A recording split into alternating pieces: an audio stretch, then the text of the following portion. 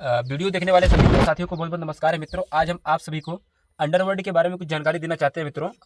तो आप सभी हमारे वीडियो में बने रहिए, आपको कुछ विशेष जानकारी देना चाहते हैं। 12 मार्च 1993 को मुंबई में एक के बाद एक 12 सीरियल ब्लास्ट होते हैं। इन हमलों में 257 लोग मारे जाते हैं और 700 से भी ज़्यादा लोग घायल हो जाते हैं। ये हमले भारत के बाहर बैठे दाऊद इब्राहिम और उनकी डी कंपनी ने करवाए थे। उस हमले के बाद महाराष्ट्र के सीएम के जो स्टेटमेंट आता है कि महाराष्ट्र में मुंबई में 12 नहीं कुल 13 हमले हुए हैं। कुछ साल बाद यही नेता अपने किताब में खुलासा करते हैं कि उन्होंने जानबूझकर ये झूठ बोला था कि ताकि ये लगे कि इन धमाकों में सिर्फ हिंदुओं को टारगेट नहीं किया गया था। फार्मर ऑफिसर राकेश सूद ने अपने इंटरव्यू में बताया था कि उस मुख्यमंत्री ने उस वक्त हम लोगों को लेकर झूठ इसलिए बोला था क्योंकि वो दाऊद इब्राहिम का काफ़ी करीबी था। बाद में इस मुख्यमंत्री ने अपनी एक पार्टी बना ली। उस वक्त उनकी पार्टी के बहुत सारे नेता दाऊद के गुर्गों से मिले हुए थे और इन लोगों के सर पर दाऊद सारे क्राइम करता था, ऐसा उन लोग बोल रहे थे। अब एक दूसरी कहानी 2005 में जावेद मियां के शादी के मतलब उनके बेटी से दुबई के ग्रैंड हयात होटल में होने वाली थी। इंडियन एजेंसी को लगता था कि बहुत सही मौका है दाऊद को पकड़ने का। तब एजेंसीज ने उस बारे में उस वक्त की यूपीए सरकार से परमिशन मांगी तो गवर्नमेंट ने अपने हाथ खड़े कर दिए, कहा कि ना आप लोग जो करना है करिए, हमें सामने मत करिए। इसके बाद एजेंसीज ने सोचा कि चलो ये काम छोटा राजन से करवा देंगे, जो एक टाइम में दाऊद का बड़े क्लोज था। यही वो टाइम था जब जनवरी 2005 में आज के एनएसआई के चीफ से पद से रिटायर हुए थे। तब एजेंसीज ने मुझे इस ऑपरेशन की कमान दी। डोभाल साहब ने ऑपरेशन की पूरी तैयारी कर ली। छोटा राजन के दो साथी विकी मल्होत्रा और फरीद तनासा को कांटेक्ट किया गया, उनके पासवर्ड तैयार किए गए, उन्हें भेजने की पूरी तैयारी कर ली गई। डोभाल साहब विकी मल्होत्रा और फरीद को फाइनल ब्रीफिंग दे रहे थे, मगर तभी मुंबई पुलिस का एक डीसीपी वहां आता है और इन दोनों एजेंट्स को गिरफ्तार कर लेता है। डोभाल साहब इस गिरफ्तारी के खिलाफ प्रोटेस्ट भी करते हैं, मगर वो डीसीपी उनकी नहीं सुनता और वो दोनों को गिरफ्तार कर लेता है। इसके चलते इतना बड़ा ऑपरेशन बीच में डिस्टर्ब हो जाता है। इस पूरी घटना का जिक्र करते हुए रॉ के फार्मर ऑफिसर एमके सूद ने कुछ वक्त पहले एक चैनल को इंटरव्यू भी दिया था।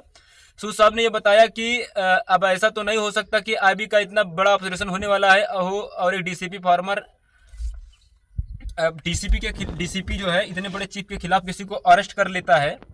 इसका मतलब है कि क्लियर था कि उस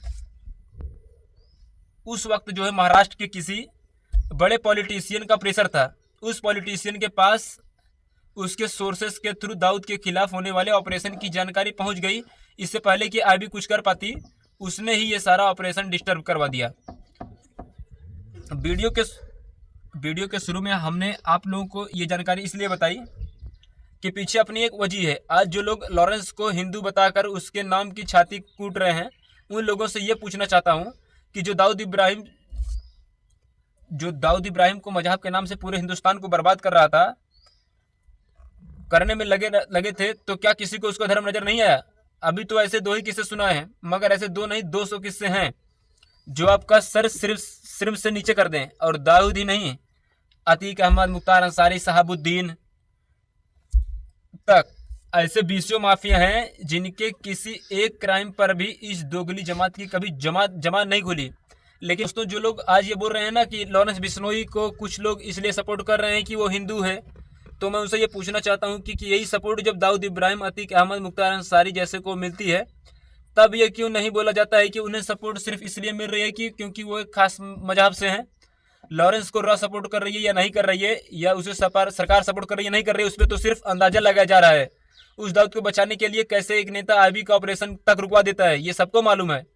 वो भी उस दाऊद को बचाने के लिए जिसने भारत में 93 के मुंबई धमाके करवाए, 2008 में 26/11 का अटैक करवाए, पुणे की जर्मन बेकरी में ब्लास्ट करवाए, 60 लोग मरवाए, 2013 में आईपीएल के मैच में विक्सल कांड करवाया, और इसके अलावा भी न जाने कितने लोगों को मरवाया, कितनों से वसूली की, कितने को ड्रग्स सप्लाई किए। वो दाऊद जिसे भारत ही नहीं, जिस पर आज भी 25 मिलियन अमेरिकी डॉलर का इनाम भी रखा गया है। अब आप ही सोचिए, उस दाऊद को भारत की नेता शपथ करते थे, उसके काले कारनामे में उसकी हेल्प करते थे। महाराष्ट्र का ये नेता ही नहीं बल्कि इसके गुजरात का एक बहुत बड़ा लीडर, एक टाइम पर एक सबसे पुरानी पार्टी के प्रेसिडेंट का सलाहकार हुआ करता था, वो भी दाऊद का बड़ा क्लोज था। गुजरात में दाऊद का जितना कारोबार था वो सब उसी की मदद से चलता था। यही रीजन है कि 93 से लेकर 2011-12 तक देश में दर्जनों बम ब्लास्ट हुए। इन ब्लास्ट में हजारों लोग मारे गए।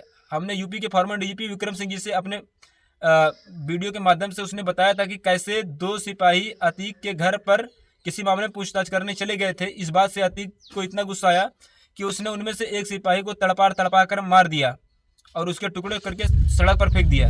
इतना ही नहीं, उस टाइम के सीएम ने अतीक से हाथ जोड़कर ये बोला कि अतीक भाई, अब दूसरे सिपाही को छोड़ दो। विक्रम सिंह जी ने हमें यह भी बताया कि किस तरह उस वक्त के मुख्यमंत्री ने अतीक के कुत्ते के साथ हाथ मिलाया था और उस सीएम की उस तस्वीरों में भी छिपी थी। लेकिन एक बात जरा सोच कर देखिए कि इस खूंखार क्रिमिनल जिसके गुर्गे किसी से भी वसूली कर लेते थे, किसी भी राह चलती लड़की को उठा लेते थे, किसी का भी मर्डर कर देते थे, और उस स्टेट का सीएम बजाय ऐसे लोगों को जेल में डालने के उसके कुत्ते से हाथ मिला रहा है, उस क्रिमिनल के कुत्ते के साथ फोटो खिंचवा रहा है। क्यों खिंचवा रहा है? क्योंकि उसके कौम के वोट चाहिए, क्योंकि उसे उस गुंडे से अपने काम निकलवाने हैं। हैरानी और शर्म की बात तो यह है कि मुख्तार अंसारी से लेकर अतीक अहमद असहाबुद्दीन तक सालों तक ये लोग गुंडाई फैलाते रहे। हमारे मेन स्ट्रीम नेता भी उनके पैरों में पड़े रहे ताकि इन 2 कौड़ी के गुंडों की कौम के वोट इन्हें मिल पाए। तब किसी को इसमें मजहब का एंगल नजर नहीं आया। उल्टा जब अतीक अहमद का एनकाउंटर हुआ तो सब ये ऐसे चिल्लाने लगे जैसे कोई गोरक्षक गुंडों के हाथों मारा गया हो। वही आज एक सीएम अगर आज ये बोल रहा है कि मैं सारे माफियाओं को मिट्टी में मिला दूंगा, तो इन लोगों को पेट में दर्द हो रहा है, गुड़गुड़ी मच रही है। लेकिन यह भी सच है कि इसी अतीक का खौफ इतना था कि 11 जजों ने इसके केस सुनने से मना कर दिया था। इस दाऊद का खौफ इतना था कि इससे पूछे बिना फिल्मों में हीरो नहीं दिए जाते थे। उस वक्त बड़े बॉलीवुड स्टार्स दरवाजे में हाजिरी लगानी पड़ती थी और जो उसकी नहीं सुनता था उसका वही असर होता था जो गुलशन कुमार जी का हुआ था। मगर लॉरेंस के खिलाफ बोलने वाले बेशरम लोग उनके खिलाफ कभी कुछ नहीं बोलते हैं। हम साफ कर दें कि, और पहले भी हम बोल चुके हैं कि हमारे लॉरेंस बिश्नोई किसी गैंगस्टर से कोई हमदर्दी नहीं है, होनी भी नहीं चाहिए। लेकिन टेररिज्म की तरह जो लोग गैंगस्टर की बुराई करने से पहले ये देखते हैं कि उसका रिलीजन क्या है, उसका धर्म क्या है, उसकी जाति क्या है, उनको जरूर शर्म आनी चाहिए। और आज का वीडियो बनाने का मेरा मकसद भी सिर्फ यही है। यही सेक्शन लॉरेंस बिश्नोई की पॉपुलैरिटी को इस तरीके से देख रहा है कि वो हिंदू, इसीलिए उसके अपराधी होने पर को सेलिब्रेट किया जा रहा है। ऐसे चंपुओं को मैं यही कहना चाहता हूँ कि भाई, हम बात हिंदू है, वो किसी और धर्म की बात नहीं है। भारत कोई नॉर्थ कोरिया तो है नहीं जहाँ लोग अपनी मर्जी से कोई गाना नहीं सुन सकते। ये डेमोक्रेसी है। यहाँ इंजीनियर राशिद जैसा अलगाववादी और भारतीय विरोधी आदमी भी जेल से लोकसभा का इलेक्शन जीत जाता है। अमृतपाल को भी जेल से 4 लाख वोट मिल जाते हैं और वो जीत जाता है। अब ये दोनों कानून की नज़र में अपराधी हैं, फिर भी जनता इन्हें चुनाव में जिता रही है। यही बात गैंगस्टर को भी लीक कर रही है। भाई, उनके अपराधी होने का उनकी लोकप्रियता से कोई दिक्कत नहीं है। कोई गलत काम करके पॉपुलर हो सकता है। लॉरेंस बिश्नोई बेशक कानून की नज़र में अपराधी है, लेकिन जो लोग उसको पसंद करते हैं उनके पास अपने लॉजिक है। हम उस लॉजिक को सही या गलत नहीं बताते हैं, लेकिन इतना जरूर है कि इससे उसके हिंदू होने से नहीं जोड़ना चाहिए, और आप नहीं जोड़ सकते हैं। लेकिन यहाँ भी कुछ लोगों की बेशर्मी और हिपोक्रेसी साफ दिखती है। लॉरेंस जैसे को फेवर में अगर 2 लोग भी खड़े हो गए हैं तो एक कौम ने उसे उनके धर्म से जोड़ दिया है। लेकिन देश के मोस्ट वांटेड अपराधी दाऊद इब्राहिम जैसे पर तो आज तक 5 फिल्में और वेब सीरीज भी बन चुकी हैं। पिछले साल नेटफ्लिक्स पे एक वहाँ फिल्म आई थी, मुंबई मेरी जान। इस वेब सीरीज को फरहान अख्तर के प्रोडक्शन हाउस में इसको प्रोड्यूस किया गया। इसके पहले एक फिल्म हो रही थी शूट आउट ऑफ वड़ाला, इसमें भी दाऊद इब्राहिम के तमाम सीनों को जो है दिखाने का काम किया गया था, जिसमें अनिल कपूर और जॉन इब्राहिम मेन रोल में थे। 2017 में दाऊद की बहन हसीना पारकर की लाइफ पर इसी नाम से एक मूवी आई थी। इसके अलावा निखिल अडवाणी की once upon a time in Mumbai, ये भी मूवी रिलीज हुई थी, दाऊद के आसपास बनी थी। और इन फिल्मों के अलावा हिंदी फिल्मों में ऐसे कितने कैरेक्टर हैं जो सीधे दाऊद इब्राहिम पर बेस्ड हैं। मेरा क्वेश्चन ये है कि लॉरेंस बिश्नोई को लेकर तो सोशल मीडिया पर लोग पोस्ट कर रहे हैं, उसी से एक सेशन को उसका धर्म दिखने लगा है, ये तो सेलिब्रेट कर रहे हैं। इन्हें ऑब्जेक्शन लग रहा है कि इन्हें हीरो क्यों बनाया जा रहा है। लेकिन दाऊद का महिमा मंडन तो बड़े बड़े डायरेक्टर्स और एक्टर्स फिल्में बना कर लगातार कर रहे हैं, उसका क्या। लेकिन जो आदमी घोषित तौर पर आपके देश का दुश्मन है, उसे एंटी हीरो दिखा कर भी आप पूरी मूवी कैसे बना सकते हैं। ऐसा करके कहीं ना कहीं आप उस आदमी के कैरेक्टर को जस्टिफाई कर रहे हैं, उसी के क्राइम को ग्लोरीफाई कर रहे हो। तब तो कोई ये नहीं कहता कि दाऊद पर मूवी इसलिए बनाई जा रही है कि ताकि उससे हीरो मानने वाली एक कौम के दर्शकों को थिएटर ला जा सके। मगर लॉरेंस पे किसी ने एक पोस्ट भी लिख दिया तो इन्हें उसका धर्म नजर आने लगा। अरे यही है कि याकूब मेमन था कि मुंबई ब्लास्ट में 1993 में उसे दोषी पाया गया था, उसे फांसी की सजा दी गई थी, मगर बेशर्मों और वामपंथियों की कौम उसकी फांसी रुकवाने के लिए आधी रात को सुप्रीम कोर्ट तक चली गई। मतलब जिस आदमी को इल्जाम था कि 93 के धमाके में उसने साथ देकर 250 लोगों की जान ली, उसे बचाने सुप्रीम कोर्ट चली गई।